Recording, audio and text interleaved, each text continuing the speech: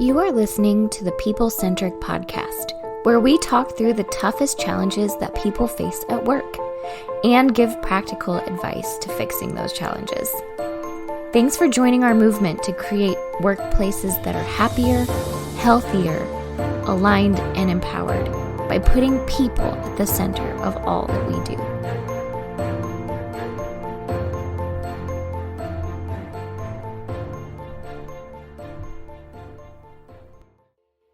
Hey, people centric leaders. So one of the things we often hear from companies that we work with and organizations is this idea of employee appreciation. When we talk to business owners and managers, they want their employees to know that they do feel appreciated. They are so appreciative of their employees. And oftentimes they tell us how much they appreciate their people and how hard they work and what they do. Unfortunately, they're often not very good at sharing that with their employees. And we hear that from frontline employees who say, like, nobody appreciates all the work we do. We put on all these hours and all this stuff. And whenever we bring up problems, they just kind of tell us, just go fix them. And we get really frustrated. And it leads to this really weird idea of, like, how do we show appreciation to employees in a way that they would appreciate it? And it leads to things like in the office, we were talking about like the party planning committee. Right? It's like, okay, we want to have parties in the office so that we have this really fun culture and everything. And so we leave it to the employees, and the party planning committee sits down and they meet and they come up with these great ideas, and they come up with what we like to call affectionately taco truck projects. Let's have a taco truck park outside of our office on Tuesday or Friday or whatever day it is. And they're going to have tacos for everybody. Or we're going to go out and we're all going to hang out after work and go get a drink after work or something. And all those types of things tend to happen. But there's this weird line too that happens, like, okay, so you spent all day at work and now you get to go spend more time with your coworkers. Like, is that really what people want? So we're going to talk about this paradox of workers want to be recognized more. They want to have more fun at work. The bosses want that too, but it sometimes gets really, really awkward and turns into forced fun or the party planning committees, can be sometimes a very toxic culture. So we're going to talk a little bit about that and peel back the layers between what happens with party planning, forced fun, employee recognition, all of those things. We're going to get deep into this. This is going to be a really good topic today. We're excited about it. And so today we've got Diana Royalty. Diana, joining us from Tacoma. What's your most fun that you've ever had at work? What's the most fun activity that you ever did? I'm going to put you on the spot. I don't have fun at work. I work at work. Thank you. I'm just kidding. Thank you. Wow. I'm just kidding. Man, I don't know. We've done a lot of really fun stuff. I think the funnest for me was the whiskey in Louisville. That was fun. The bourbon in Louisville. Yeah, that was really fun. We went to Maker's Mark and we had like a whole day where we just hung out together and drank bourbon. And that was rad. We ate biscuits and fried chicken, and I don't know, it was like the best day ever. That was a fun day. That was a lot of fun. Yeah. We went out, we work with a client out there who makes the bourbon barrels. So we had a session out there that two of us were going to. So we just said, let's just fly the whole team out and spend an extra day out there. And so we got to do a little bit of bourbon trail stuff out there in central Kentucky. Mm-hmm. And yeah, that was a lot of fun. Yeah. That was good. Okay. So I'm glad that you came up with something. I'm glad that sometimes you enjoy your job. It's good to hear. I mean, I prefer to work at work, but that's just me. I think that's just a me thing. Okay. Well, that's fair. Yeah. there might be some others that feel like that as well. You know. So we also have from our team, we have Stephanie Anderson. Stephanie, tell me about, like, what's the most fun thing that you've done at work? Oh gosh, I was trying to think of this while you were asking Diana fun things that I've done at work. Because kind of like Dan, it's been mostly work, but that is fun sometimes.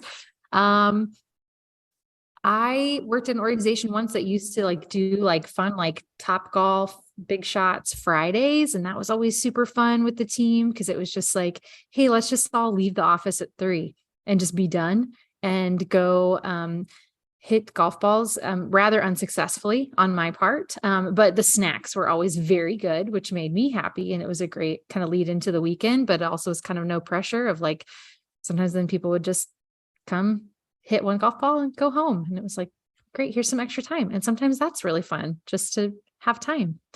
I will always show up for good snacks. You know what I mean? Like cheese fries, you got me. 100%. 100%. Like if there's good food, I will be there. Tachos, I'm in. You don't even have to say anything else. Like, yeah, let's do this. I had cheese fries for dinner last night. What? Yeah. Oh my gosh, I'm so jealous right now. Yep. Fell off the wagon hard and ate some cheese fries for dinner last night. All I'm hearing is vegetables and protein. Like how is that not a balanced meal? Yeah. It's got milk in it. It's vegetables. Yeah. It's really good for you. Yeah. So good. So as we jump into this topic, there's a little bit, we've kind of called it almost a paradox, right? Of this idea. So talk about like when owners try to go to employees and say, what can we do to show appreciation for you or make work more fun? What kinds of things do employees typically come up with? What do we see in terms of that? Listen, employees always say things like, let's go do something. Let's have a potluck. Let's hang out. Let's go to drinks. Let's do a trail. Let's play pickleball, right? They always come up with these things and they're good things. And then we do one or two of them and then people are like, oh man, we messed up. We don't want to do any more of these things. Yeah. Well, after like the third potluck and you're like, they keep bringing the same casserole every time and we didn't like it the first time.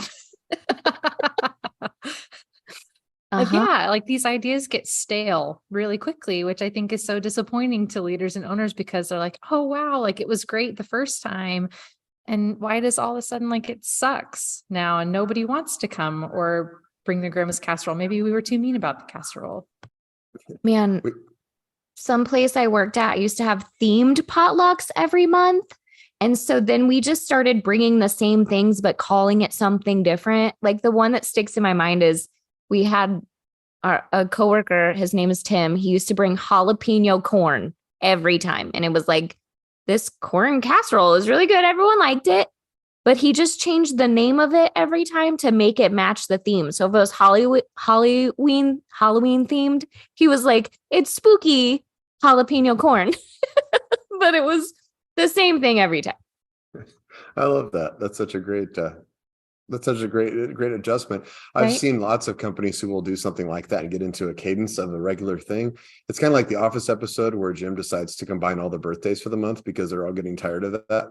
And he gets burned and nobody likes that because everybody wants to customize thing for their birthday, but nobody wants that at the same time, It's so true. It's so true. Everyone thinks they want these things and then they're executed and you're like, oh, we don't really want these things. So what? Well, it's kind of, it's like that paradigm of like, make it extremely fair, but also extremely unique and special to me as a person and what I would actually appreciate and like, thank you.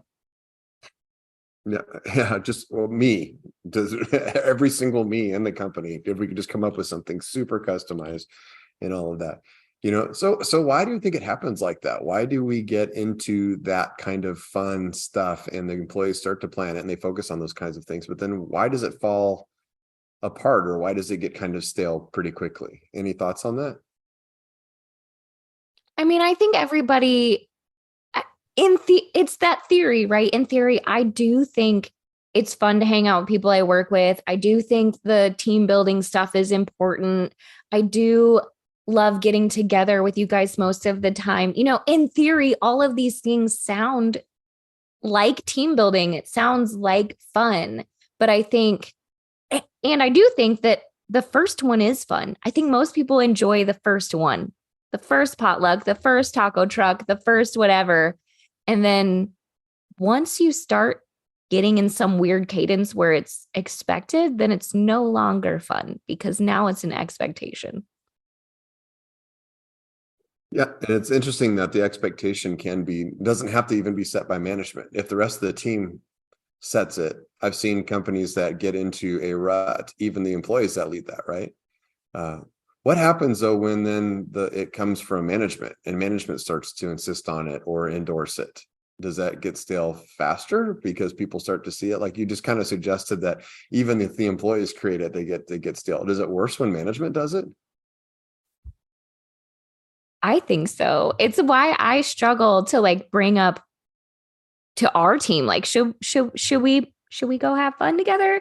Because I want our team to bring that. I don't want to do that because I think it's worse if you, Don, or I are like, let's go have fun. Like, let's fly everybody to Louisville so you can spend time away from your friends and family to drink bourbon, which, Bethany doesn't even like bourbon. So let's go do this fun thing that's not really that fun for everybody.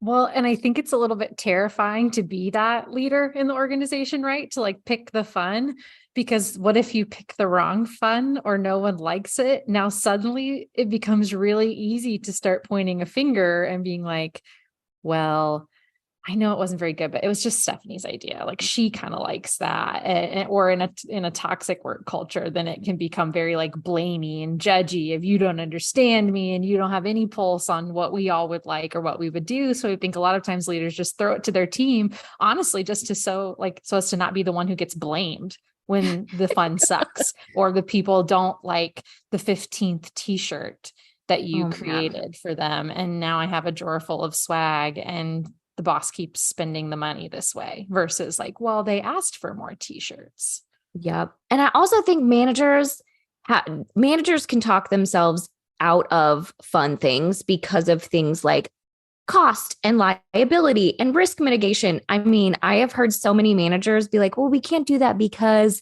we could get sued if this, and this happens. Man, every time I could talk myself out of fun every time because of that stuff. Yeah, we'll see that a lot where you start to overthink it, right? Everybody starts to overthink it because they're trying to keep everybody else happy, and it gets really, really off-centered, really, really fast. So we talk about that fun stuff. It reminded me of a story when I was in one of my engineering positions early on. I had a boss who every year, right before Christmas time, his thing was he would go out and hand out jackets to everybody in the company, and it was these really nice like Carhartt jackets that we wore a lot in the plant and stuff, and people would wear them and it had your name sewed onto the front cover, and it was a front cover, the front pocket. And so everybody really liked those jackets. And one year he went around to hand out the jackets, and that was his thing. Like he would hand out he'd bring the box and he'd go around personally hand the thanks for your work this year. Here's your jacket. And every year people would get a new jacket because they'd wear out. One year somebody made the comment and looked at him and says, "Oh, good, another jacket." They made that comment to him. Aw, man. He went back around and took them back from everybody. He claimed them all back. No, he took all of the jackets back from everyone on the team. Well, it broke his little heart. I mean, man, oh man. The funny follow-up to that, so that happened the year before I got there. So like when I came in, like I would see all these people, like everybody's got these jackets. When do I get my jacket? That would be awesome. And it was kind of a known thing internally. Like if the operators didn't like the engineers that came in, they wouldn't tell them that story. Instead, they would tell them like, go see Ray. He'll give you your jacket. Go see him, ask him about the jacket. Did they tell you to ask him? They did tell me not to ask him. No, they told me the story. Okay. They told me the story. I said it and they warned me, and somebody said, because we like you, we're going to tell you not to do that. But there was this other engineer, and he started about 6 weeks after I did, and I'd already heard the story, and we were in the control room together, and he started going, where do I get that jacket? And he was kind of cocky a little bit, came in the wrong way probably. And one of the operators told him like, oh, you just got to go see Ray. I'm surprised you haven't gotten that yet. Just go see Ray. And so he wandered off. I should have said something to him, I guess, but I didn't. He wandered off, and pretty soon our plant manager, Ray, is on the intercom system calling the operator that sent him in there. Call my number, call 624, call 624. And we all started laughing because he knew he was in trouble, but it was good natured. But you're right. Those things, I think managers get frustrated because it's like, I want to show appreciation. I want to help my people to have more fun. But then when we do something, people don't like it, or they don't show up, or they don't do a thing. And it is really hard, Diana. Like we talked about it the year after we did the Louisville trip, which I think everybody really enjoyed. We talked about, do we do another trip? And asked everybody, and it took us a long time kind of going around on it, and then decided, no, we're not going to do another trip. Instead, we're going to do like a golf outing. So we did it's called Big Shots here in Springfield. We did that and it's had like a good time. Yeah. We flew Diana back to Springfield, which is a long trip for Diana. It's a long trip for you to go either direction, but It's a long ways to go anywhere. But like next year, like we kind of have a little bit of a thing because we have a conference in Diana's town. In Like we're going to be Tacoma. in Tacoma, like we're going to be right there, that two of us are going to have to go to already. So the question is, do we fly the rest of us out there? That would be pretty cool, but it's a 4-hour flight out that direction with a change. I mean, so it's a day's travel out, a day's travel back. Do people want to be gone that long? How busy are we going to be about that time of year? I mean, I know that everybody's kind of thinking of those things. We would have a blast. We would have a great time doing stuff. But like, do we do that? And I think it's hard. So what advice do you have, first of all, for managers and bosses and stuff who are trying to figure this out? I gotta fully admit my jaw is still on the floor from the jacket story. I'm not quite recovered yet.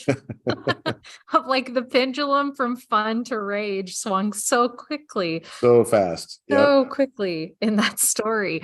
Yeah, I might need a minute to still get over that, but I think a lot of this, like what it keeps coming back to, and I think, a word that we use a lot in business and in our consulting too, is like culture, right? Of like, how are we actually creating a culture where people feel valued? Because I think that's where some of these things miss so hard sometimes, is because like employers or managers don't really have a pulse on what the culture actually is, or they're trying to use these things in an attempt to like shift the culture. And so it's like, we're going to just throw some money or some fun or toys at these people, and that's going to make morale better. Like that's going to fix, the communication issues that these two people are having. So I think like that's kind of the heart of it, right? Of like, there's always something that's pushing behind these ideas that's culture related internally. I think it's a great point. A lot of times we'll see managers say like, let's go get a bunch of gift cards and we'll hand those out to employees when we see them do something really right. Where that sometimes backfires is that employee A does something really well, employee B does something really well, manager only sees employee A do the thing, and then they give the gift card to A, and B sees that they didn't get the gift card. Like that's a little bit of a different thing when it's exchanged from an appreciation, like I truly appreciate what you're doing, into a thing. Then it makes us like mentally, there's a lot of psychology around that, right? Okay, well then what you just told me was worth $5 from Starbucks. That's what you just told me. The thing that I just did, I just stayed extra 3 hours at night. I would have given you back the Starbucks gift card if I didn't have to stay the extra 3 hours at work that night, those kinds of things. And we see that backfire quite a bit. So I like your point of maybe managers don't depend on this stuff. Instead, like train the managers and supervisors on how to give positive feedback. We've talked about this quite a bit. Managers tend to give feedback when things go wrong, not when things go right. And one of the best ways to lead your employees is to tell them when things are going right, not just when things are going wrong. That becomes more encouraging. That's the kind of feedback I think employees recognize that they feel that they need more than they think that they need. I don't know if that makes sense or not, but yeah, I think that's a great point. Diana. Yeah, I think there's a lot to be said for asking your employees what they want and asking people what they want and being genuine. I think when we did Louisville, we said, do you really want to do this? We know it's taking time out of your schedule. We know you're leaving your family. Like, do you want to do it? And also something happened and we were like, oh man, I think it was just that we were crazy busy and everyone was traveling. And so we were like, we can cancel Louisville if everyone's tired. Like we can cancel it and give everyone their time back. And everyone said no. Everyone was like, no, we're still in. We still want to do this thing. But we never left it up to just the leadership to decide that. And if we had canceled it, it would have cost us money and all of this other stuff. But we left it truly a group decision and said, what will be fun for you guys and what do you want to do? Yeah, that's one of the benefits of us being a smaller team, right? We can kind of just put it on the table and say like, we're willing to do this if you would like to do it. We can decide whether or not we want to do it or not. And unfortunately, a lot of times for us, it depends on the timing of the thing. Talking about next summer when we don't have anything currently scheduled sounds great. I think everybody's like all in. Everybody I've talked to about potentially going out west, people think that's a great idea. That sounds like a lot of fun. Now, starting in February, March, when we start to book out the summer and people look and say, wow, I'm going to be gone 3 weeks in a row. And one of them is going to be this trip out to the West Coast, that might change a little bit. So there's a little bit of, you're right. But if people choose themselves, it's that autonomy thing we talk about a lot. Yeah. And then I also think there's something to be said for like letting something be fun and then not trying to recreate that fun, right? I don't think that every year we should go to Louisville now. Like that would be really like, what is the next fun thing that somebody wants to do? And does it have to be every month? Does it have to be every week? Does it, like find a real cadence, something that actually works, and then change it up. You're not going to replicate the fun every time. Yeah, maybe we go to Lexington and drink bourbon, or maybe we go to Bardstown and drink bourbon, right? Yeah. It's mildly different, but still the same. Yeah, that's such a broad range of ideas. So maybe we do a themed potluck every month. The theme is changing. It's the same thing. This is Cinco de Mayo bourbon. Yeah, here we go. Just every month, just going back to your potluck idea. Oh my. Yeah. No, Diana, I think you made a great point about like, it should be a both and when we're creating these things, right? Of like, we've seen where if it just comes from the employees, then there's fatigue that comes, I think, from that employee team that's been tasked with fun. And then if you just have it just be your managers and leaders, then again, we've talked about the pressures and feelings of failure that come with that. So I think if you make it a both and of like, hey, let's do some listening back and forth and understanding, because I think things that I've heard in business as well, when owners or leaders are trying to do something fun for the team, and especially when they plan like these expensive trips or expensive gifts, there's almost always a couple people who, if you talk to them, would just say, I'd rather just have the money. Like, I'd rather just be given that money to choose to do something with my family. And maybe I can put that toward my family vacation, or, I could then buy something that would be really great for me personally, versus feeling like I'm getting a gift that now it's like, oh, well, thanks for the watch that I don't like. Now I have to wear it all the time to show you that I appreciate you, but I really don't actually like this watch, and that's a rather specific example, but I think that's the benefit of kind of like tipping this idea upside down and saying like, well, what if you just did it completely differently? And what if you tried something you've never tried before? What if you listened all the way through your organization of what people would think is fun, or what they would appreciate, what they view as a good value add spend to the company for their time? Yeah. And I would also add, like, keep going back to the reason you wanted to do this anyway. It's culture, but you also said that your employees want to be valued and appreciated. So maybe value and appreciate them and show that more often, right? You don't have to do this grand gesture. Sometimes it's okay to just say like, dude, I recognize that you're doing a really good job and thank you. And just that one off will eliminate a lot of the pressure to need to go do something big and grand, or to always bring in donuts or do the Friday pizza. Like, it eliminates that feeling of not being appreciated as much if you're actually being appreciated. I completely agree with that. I think, to use like a 5 love languages word, the words of affirmation are completely undervalued when I think these topics are brought up of like, how do we value our employees? Well, yeah, what if you just consistently told them how much you value them? Like, gifts are great. And I think everyone appreciates a thoughtful gift, but that is like a subset of the population who that is the way that I really feel valued by you. So I think sometimes in the business world, we put too much emphasis on what do people get. And then for the people who would really actually just love like those words and being told, or the people who would just love time together, like they do love the potluck. And it's not because you spent money on the potluck, it's because everybody got to be together for an hour and we just got to talk. So I think of like thinking about that as well, of like, know your team and get to know your people and what would actually make them feel really valued and appreciated. And maybe you do it differently in different areas and for different people. Why does it have to be the exact same thing for every department across your whole company for every single person? Yeah.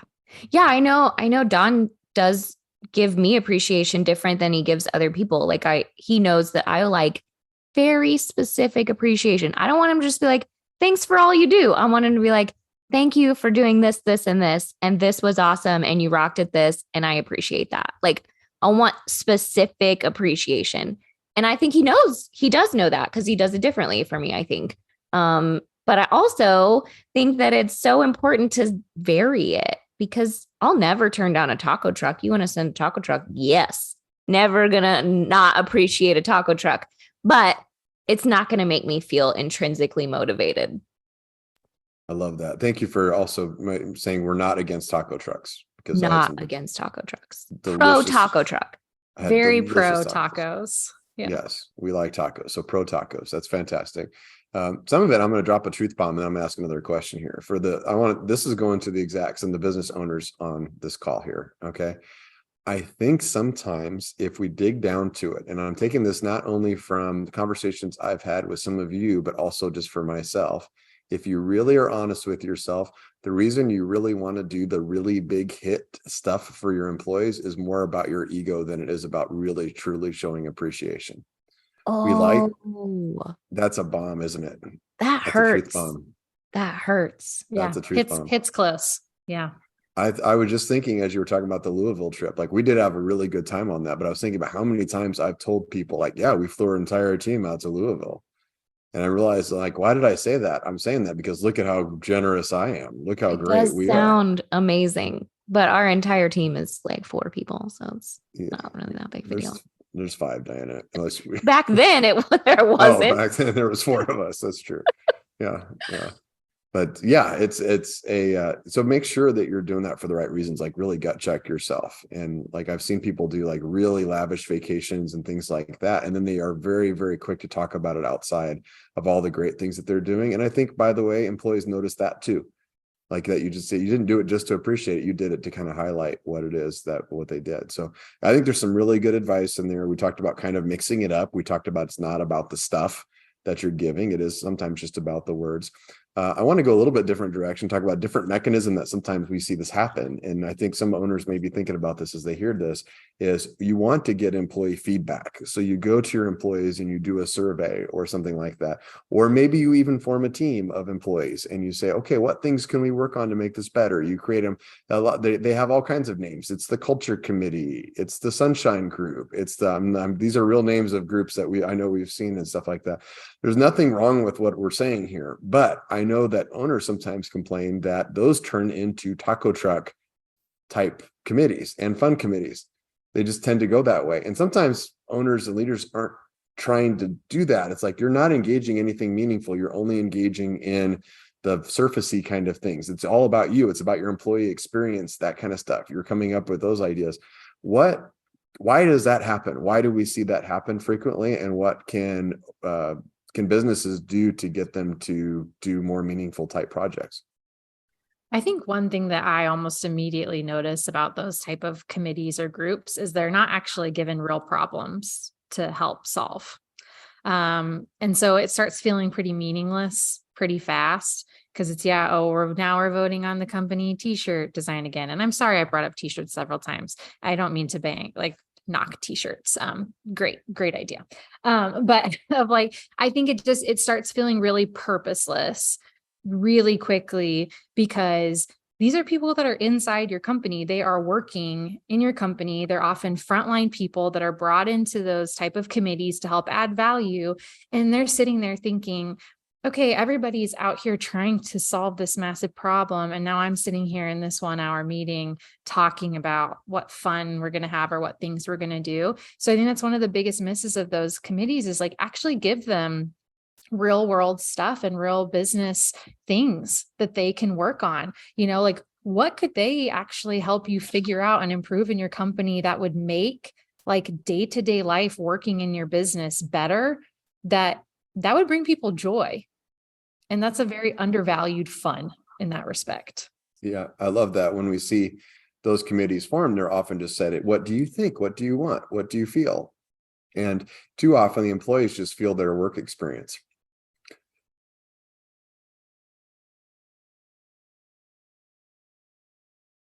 Yeah, I think that it's important to tie those back to the bigger picture. Like Stephanie was saying, it does need to go back to something bigger. Tie it to the core values, tie it to the strategic plan, tie it to departmental goals, whatever it is, it needs to feel like it's more important than just fun. Because while fun is great, it's not valuable. And I feel like people really do want to feel valued. And that's the core of appreciation, right, Don? Like value. Yeah. If you give your same team that's coming up with those taco trucks and you will set out, this is what our plan is for this year. This is what our strategic plan is. This is our key objectives. How can you help us? They are going to, by helping the company, they're going to also help themselves. Right. At the end of the day, that's a piece. Sometimes it's like, well, I think that they're just going to be helping the company. But if they're solving real problems together, that's a great way to bring the team together. That's a great way. Like Diana opened up this whole conversation when I said, well, when do you have fun at work? She's like, I don't have fun. I'm working. We're going to talk a little bit about that later, Diana. I guess we'll find out about your job satisfaction. I don't like fun. I don't like fun. It's not really a fun kind of person. But I mean, I think that, we think about work and fun, and it doesn't always have to be fun, doesn't have to always mean happy.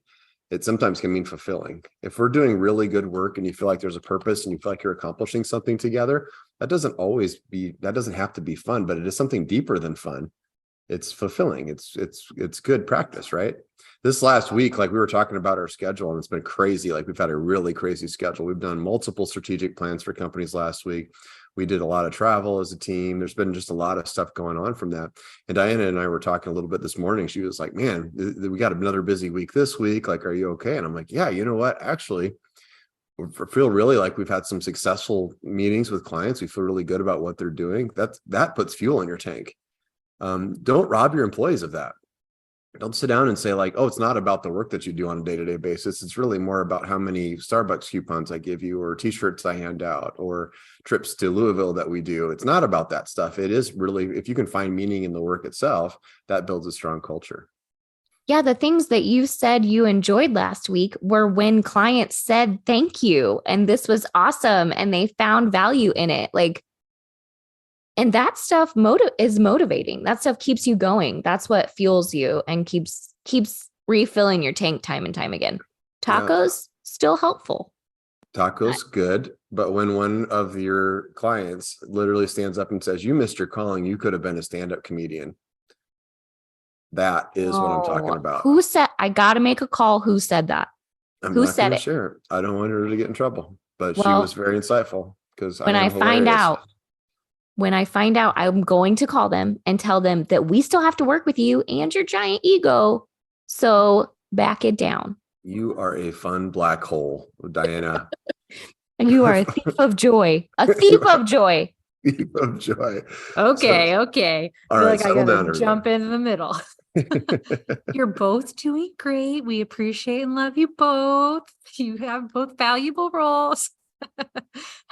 No. We're good enough and smart enough. So let's jump into takeaways here. Let's talk about this. So we've talked a little bit about the fun committees, and we've talked a little bit about like employees trying to find their path to fun, but owners also getting caught up in that. What are your takeaways or your last words for our listeners here in terms of this topic?